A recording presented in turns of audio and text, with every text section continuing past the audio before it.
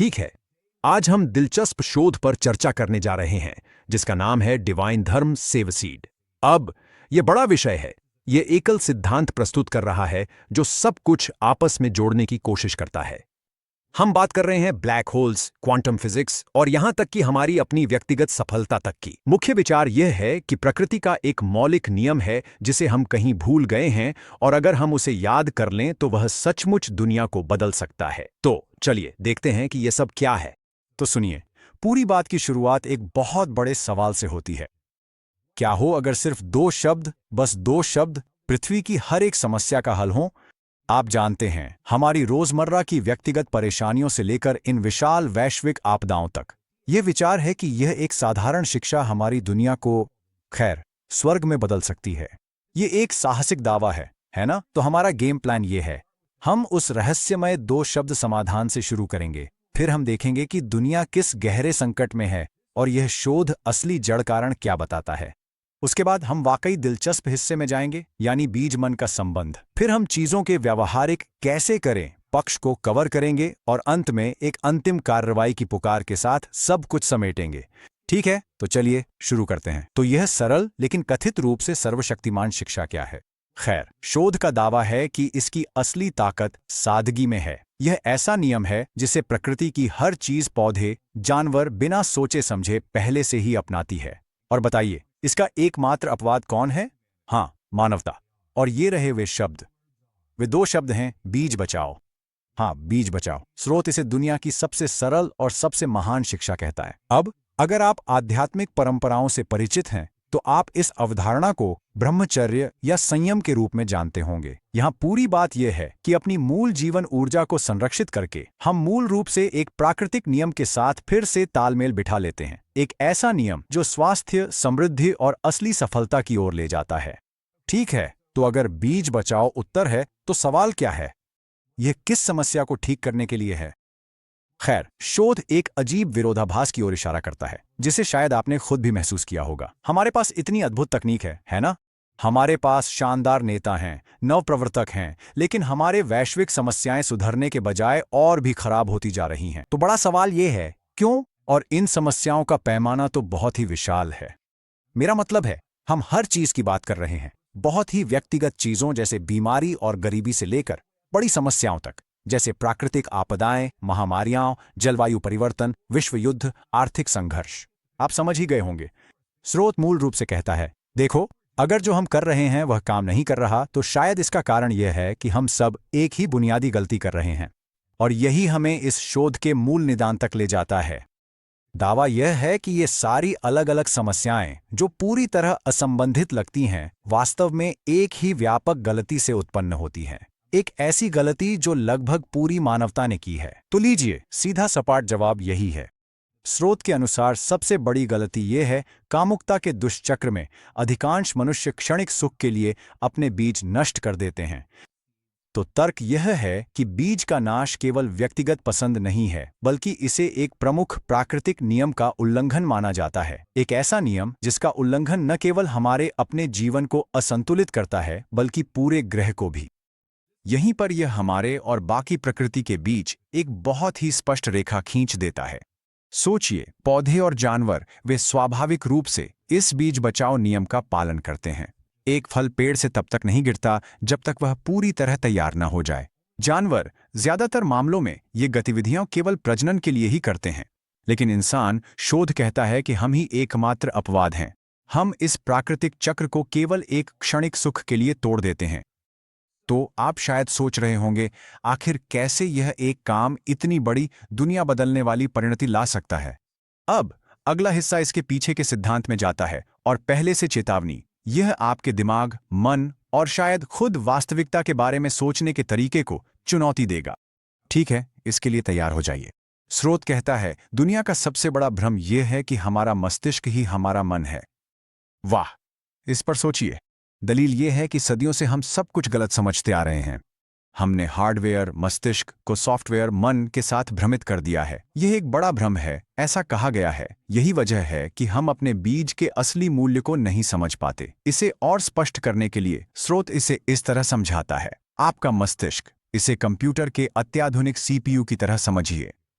यह सिर्फ हार्डवेयर है। यह अपने आप विचार या सपने नहीं बनाता, यह बस उसे दिया गया कोड प्रोसेस करता है। और मन, वो अदृश्य सॉफ्टवेयर है। यहीं पर हमारे सारे सपने और योजनाएं संग्रहित होती हैं, और इस सिद्धांत के अनुसार वह सॉफ्टवेयर हमारे बीज के डीएनए में मौजूद है। ठीक है, अब यह तालिका, यह मूल रूप से पूरे सिद्धांत का इंजन रूम है। तो चलिए इसे साथ में समझते हैं। यहाँ मुख्य विचार यह है कि हर चीज में एक सार्वभौमिक चार भागीय संरचना होती है। तो उस सबसे ऊपर की पंक्ति को देखें, सिंगुलैरिटी सॉफ्टवेयर। इसे आनंद, आत्मा, मन और ऊर्जा में विभाजित किया गया है। दावा यह है कि यह 1, 2, 3, 4 का पैटर्न हर जगह दिखाई देता है। आइए अब एटम परमाणु की पंक्ति पर चलते हैं। देखिए कैसे यह बोसॉन को 1, न्यूट्रॉन को 2, प्रोटॉन को 3 और लेप्टॉन को 4 से जोड़ता है। अब मोबाइल सॉफ्टवेयर की पंक्ति देखें। कारण, ओएस, रैम, नेटवर्क। क्या आप पैटर्न देख पा रहे हैं? सिद्धांत यह कहता है कि मन, जो हमेशा तीसरा घटक होता है, वह परमाणु में प्रोटॉन, आपके डीएनए में साइटोसिन या आपके फोन में रैम के बराबर कार्य करता है। यह क्रिया वाला हिस्सा है, प्रोसेसिंग वाला हिस्सा है। यह पूरा पैटर्न बाकी हर चीज की नींव है, जिसके बारे में हम आगे बात करने वाले हैं। ठीक है, तो अगर आपके मन का सॉफ्टवेयर आपके डीएनए में संग्रहित है, तो वह असल में कुछ करता कैसे है? यह बाहरी दुनिया से कैसे जुड़ता है ताकि आपकी वास्तविकता का निर्माण कर सके? तो इस सिद्धांत का उत्तर है एक अवधारणा जिसे वह कॉस्मिक इंटरनेट कहता है। एक ऐसा तंत्र जो कथित तौर पर हमारी आंतरिक दुनिया को पूरे ब्रह्मांड से जोड़ता है। सिद्धांत एक कणों की बौछार का प्रस्ताव करता है। मूल रूप से एक निरंतर अदृश्य धारा है ब्रह्मांडीय कणों की, जो अनंत जानकारी और संसाधन लेकर चलती है। इसे एक सार्वभौमिक वाईफाई सिग्नल की तरह सोचिए। आपका मस्तिष्क वह डिवाइस है जैसे आपका फोन जो इसे एक्सेस कर सकता है, लेकिन सबसे महत्वपूर्ण बात है, इसे सिग्नल पाने के लिए एक सिम कार्ड की जरूरत होती है। इस उपमा में आपका बीज सिम कार्ड है, और इस सिद्धांत के अनुसार अगर आप बीज को व्यर्थ करते हैं तो आपने अपना कनेक्शन खो दिया है। तो ये वास्तव में कैसे काम करता है, जैसे रोजमर्रा की जिंदगी में? तो स्रोत इसे कॉस्मिक इंटरनेट कहता है। यह एक 4 चरणीय प्रक्रिया है। सबसे पहले आपका सपना या आपका बड़ा लक्ष्य आपके बीज के डीएनए में एनकोड हो जाता है। दूसरा चरण, आपका दिमाग, जो उस सीपीयू की तरह काम करता है, इस डीएनए कोड को प्रोसेस करता है। फिर, और यह वाकई हैरान करने वाला है, प्रोसेसिंग आपके दिमाग को यह क्षमता देती है कि वह वायरलेस तरीके से उन सभी संसाधनों को खींच सके जिनकी आपको जरूरत है, जिसे यूनिवर्सल पार्टिकल शावर है। इसे ऊर्जा और पदार्थ की अनंत धारा समझें, और अंत में चौथा चरण, आपका सपना आपकी हकीकत बन जाता है। तो इस सेटअप में आपका बीज उस सिम कार्ड की तरह है जो आपके फोन को इंटरनेट से जोड़ता है। शोध से एक और शक्तिशाली उपमा है। कल्पना कीजिए कि हमारे बीज ब्रह्मांड खाली चेक की तरह है। हमारा मन हमारे सपनों और लक्ष्यों को चेक पर लिखता है, लेकिन यहाँ पेंच है। अगर आप कोई रचनात्मक सपना लिखते हैं, जैसे नया व्यवसाय शुरू करना, तो उस चेक को बचाकर रखना होगा ताकि आप उसे भुना सकें। लेकिन अगर सपना वासना पर आधारित है, तो सिद्धांत कहता है कि उसे भुनाने के लिए चेक को नष्ट करना पड़ता है। आप या तो अपने बड़े सपनों के लिए चेक को बचाते हैं या उसे नष्ट कर देते हैं, और अगर आप उसे नष्ट कर देते हैं तो वह चेक अमान्य हो जाता है। ठीक है, तो यह है उच्च स्तरीय सिद्धांत जो दिमाग घुमा देने वाला है। लेकिन असली दुनिया में यह कैसा दिखता है? आप इसे कैसे करते हैं? आइए उस व्यावहारिक तरीके पर बात करते हैं जिसे शोध ने सहेजे गए बीज के लिए बताया है। दिशा निर्देश सीधे हैं और ये आपकी वैवाहिक स्थिति पर निर्भर करते हैं। तो अगर आप विवाहित हैं तो इसका मतलब है कि शारीरिक और मानसिक संबंध केवल अपने जीवन साथी के साथ बनाए रखना। जो लोग अविवाहित हैं उनके लिए मार्गदर्शन है कि शादी तक पूरी तरह संयम बरतें, और अगर आपके पास जीवन साथी नहीं है तो आजीवन पूर्ण संयम रखना है। इन सभी में एक बात साफ है, अपने मन, शरीर और कर्मों में पूरी पवित्रता बनाए रखना। और देखिए, इसे किसी नए युग के विचार के रूप में पेश नहीं किया गया है। स्रोत प्राचीन ग्रंथों जैसे मनुस्मृति की ओर इशारा करता है ताकि इसकी जड़ें दिखाई जा सकें। यहाँ एक उदाहरण है, बीज को नष्ट करने वाला स्वयं नष्ट हो जाता है और बीज को बचाने वाला स्वयं बच जाता है। इसलिए कभी भी बीज को नष्ट मत करो, क्योंकि नष्ट किया गया बीज हमें भी नष्ट कर देगा। संदेश काफी सीधा है ना? इसे एक शाश्वत सार्वभौमिक नियम के रूप में प्रस्तुत किया गया है जिसके बहुत वास्तविक और प्रत्यक्ष परिणाम हैं, और यहीं से यह सिद्धांत बड़े स्तर पर लागू होता है। ये एक असाधारण दावा करता है कि जब हम एक समूह के रूप में अपने बीज खो देते हैं तो यह वास्तव में वास्तविकता की संरचना को कमजोर कर देता है। यहां तक कि प्रोटॉन क्षय जैसी घटनाएं भी हो सकती हैं। यह तर्क देता है कि यही ब्रह्मांडीय असंतुलन असली कारण है कि हमारे पास प्राकृतिक आपदाएं, चरम मौसम और यहाँ तक कि महामारियां भी होती हैं। और सुनिए, यह महामारियों को इस तरह से वर्णित करता है कि नष्ट हुई जीवन ऊर्जा वापस आकर वायरस के रूप में मानवता पर हमला करती है। यह एक गंभीर अवधारणा है और यह वैज्ञानिक समुदाय को सीधे संबोधित एक काफी गंभीर चेतावनी की ओर इशारा करता है। स्रोत मूल रूप से कहता है, रुको जरा। यह तर्क देता है कि हम अभी डीएनए को अच्छी तरह से समझते ही नहीं हैं और इसी वजह से डीएनए संपादन और क्लोनिंग जैसी चीजें बेहद खतरनाक हैं।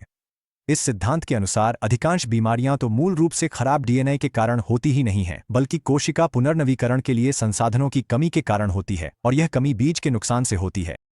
तो यह तर्क देता है कि असली स्वास्थ्य का रास्ता बस बीज को बचाना है। ठीक है, तो यह सब शोध के अंतिम हिस्से की ओर ले जाता है और यह दुनिया को प्रभावित करने की शक्ति रखने वाले लोगों के लिए एक सीधा तात्कालिक आह्वान है। और यह कोई अस्पष्ट विनती नहीं है, यह खास तौर पर प्रमुख नेताओं के समूहों को संबोधित है। हम बात कर रहे हैं शिक्षकों, मशहूर हस्तियों, धार्मिक नेताओं, वैज्ञानिकों, राजनेताओं और पूंजीपतियों की। यह मूल रूप से उन सभी से बस इतना अनुरोध कर रहा है कि वे इस संभावना पर विचार करें कि यह सरल सिद्धांत उनके अपने काम में गुम हुई कड़ी हो सकता है और इसे बढ़ावा देना शायद उन सभी चीजों से ज्यादा लाभकारी हो सकता है जो वे करने की कोशिश कर रहे हैं, क्योंकि आखिरकार जो समाधान यह प्रस्तावित करता है वह बिल्कुल भी जटिल नहीं है। यह वास्तव में बस उसी सरल प्राकृतिक चक्र की ओर लौटने की बात है जो आप हर जगह देखते हैं। एक बीज उगता है, वह फल देता है और वह फल दुनिया को एक सेवा प्रदान करता है, जैसे पोषण जो नए बीजों के फैलाव में मदद करता है। यह बीज से फल और फिर सेवा का चक्र स्रोत के अनुसार सिर्फ एक अच्छी सोच नहीं है, यह ब्रह्मांड का सफलता के लिए आवश्यक सूत्र है। और हम इस शोध के प्रेरणा स्रोत गुरुदेव पंडित श्रीराम शर्मा आचार्य के एक शक्तिशाली उद्धरण के साथ समाप्त करेंगे। यह इस बात की शानदार याद दिलाता है कि एक व्यक्ति कितना बड़ा प्रभाव डाल सकता है। उन्होंने कहा, अगर किसी के भीतर युग के प्रवाह से जुड़ने की ज्वाला हो तो एक अकेला व्यक्ति भी दुनिया को बदल सकता है। तो यह व्याख्या इंदौर, भारत के शोधकर्ता सत्यजीत पाटीदार द्वारा किए गए शोध डिवाइन धर्म सेव सीड पर आधारित थी, जिसमें प्रेरणा गुरुदेव पंडित श्रीराम शर्मा आचार्य से ली गई थी। अगर आप और गहराई से जानना चाहते हैं तो आप स्रोत सामग्री और अधिक जानकारी वेबसाइट www.narvam.com पर पा सकते हैं। मैं आपको इसे अक्षरों में बताता हूं। ये है anarvam.com और ईमेल है anarvam@narvam.com।